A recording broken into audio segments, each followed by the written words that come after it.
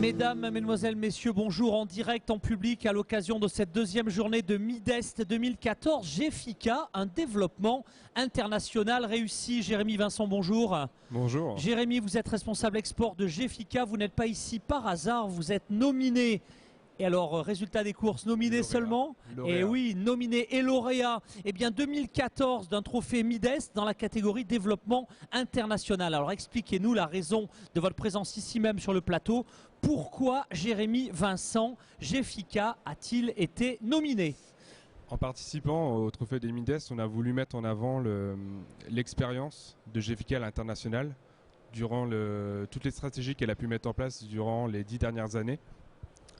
Donc on est déjà parti sur la première stratégie de GEFICA était de miser sur la stratégie de vente indirecte, c'est-à-dire qu'on a ciblé pendant plusieurs années des multinationales qui étaient implantées en France afin de pouvoir développer des ventes à l'export sur les sites à l'étranger par la suite.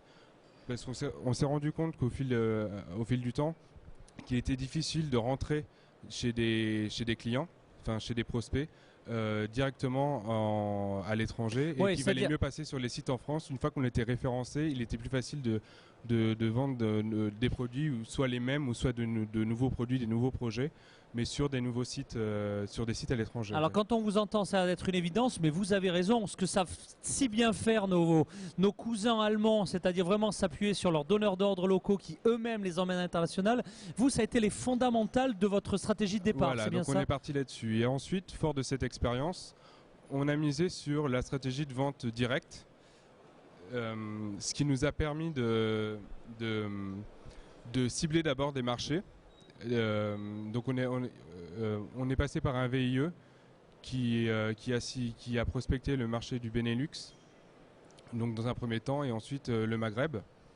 Donc ça a été des marchés qui ont été préalablement étudiés, avec des études de marché qui ont été faites. Alors j'imagine Benelux et Maghreb pour ne pas déjà dans un premier temps avoir à faire de l'adaptation de langue, c'est-à-dire vos plaquettes, vos outils, vos produits étaient déjà francophones, j'imagine. Ça a été une priorité à ce niveau-là ? Pour le Benelux au début. Ensuite, tout ce qui était Maghreb et Europe de l'Est, alors Europe de l'Est, il a fallu adapter. Ouais. Ça a fait partie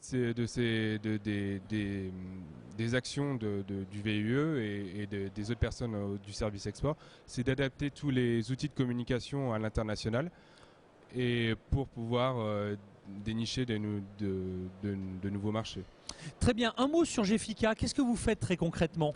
Donc, nous vendons des produits en caoutchouc. Donc nous répondons à des besoins très techniques et très spécifiques en matière d'amortissement, de design ou d'étanchéité. Donc GEFICA est une PME de 70 salariés basée à Cosne-sur-Loire dans la Nièvre en Bourgogne, et nous possédons une filiale également en Tunisie qui est principalement axée pour l'automobile ou l'électroménager, pour des pièces de grande série. Donc nous avons pu développer notre chiffre d'affaires export sur les 10 dernières années de plus de 10%, en mettant, comme je vous l'ai expliqué juste auparavant, différentes actions en place. Tout dernièrement, au mois de juillet, on vient d'ouvrir un dossier d'assurance prospection COFAS en ciblant 5 nouveaux pays en Europe, où pendant 3 ans minimum, on va lancer des actions sur ces pays et tâcher d'augmenter, d'accroître le service export, et de mettre en place de tout bien organiser, et de créer une vraie cellule export, un vrai service export digne de ce nom d'une société. Très bien, donc apparemment un succès vraiment impressionnant. Si vous deviez donner justement des conseils très opérationnels à ceux qui suivent nos émissions pour réussir leur développement international, quels seraient ces conseils ? Moi, je dirais de savoir s'entourer des bonnes personnes. Il faut savoir, il faut que les PME sachent qu'il y a plein de dispositifs à l'international qui les entourent, et des intervenants, que ce soit public ou privé. Donc privé, forcément, un peu plus délicat, mais même ne serait-ce que public, les chambres de commerce nous entourent et elles sont d'une très grande aide pour l'international, et ça a été le cas pour GFICA depuis le début de son internationalisation. Et que ce soit pour BPI France, Bifrance, toutes les aides qu'on peut avoir, il faut que les entreprises s'intéressent et s'ouvrent, qu'elles se renseignent sur les intervenants possibles.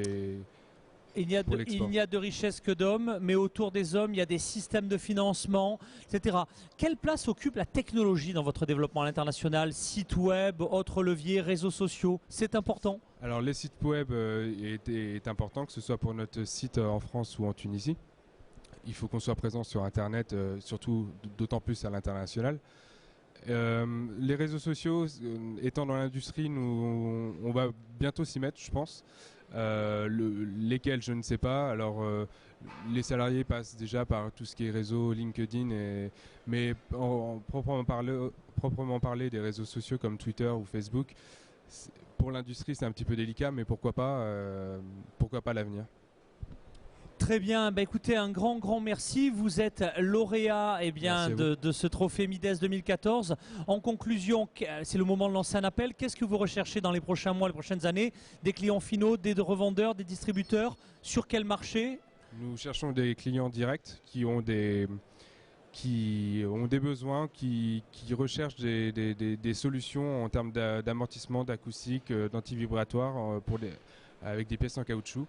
On fait des produits sur mesure qui vont vraiment répondre à des besoins particuliers, spécifiques. Donc on n'a aucun produit standard pour le moment. On est en train de GFICA se diversifie, a été très centré au début sur l'automobile et a cherché pendant plusieurs années à se diversifier, chose faite, et elle continue à le faire de façon à être le moins possible dépendante de l'automobile, du secteur automobile. Écoutez, un grand merci. Jérémy Vincent, responsable export de GFICA. Merci.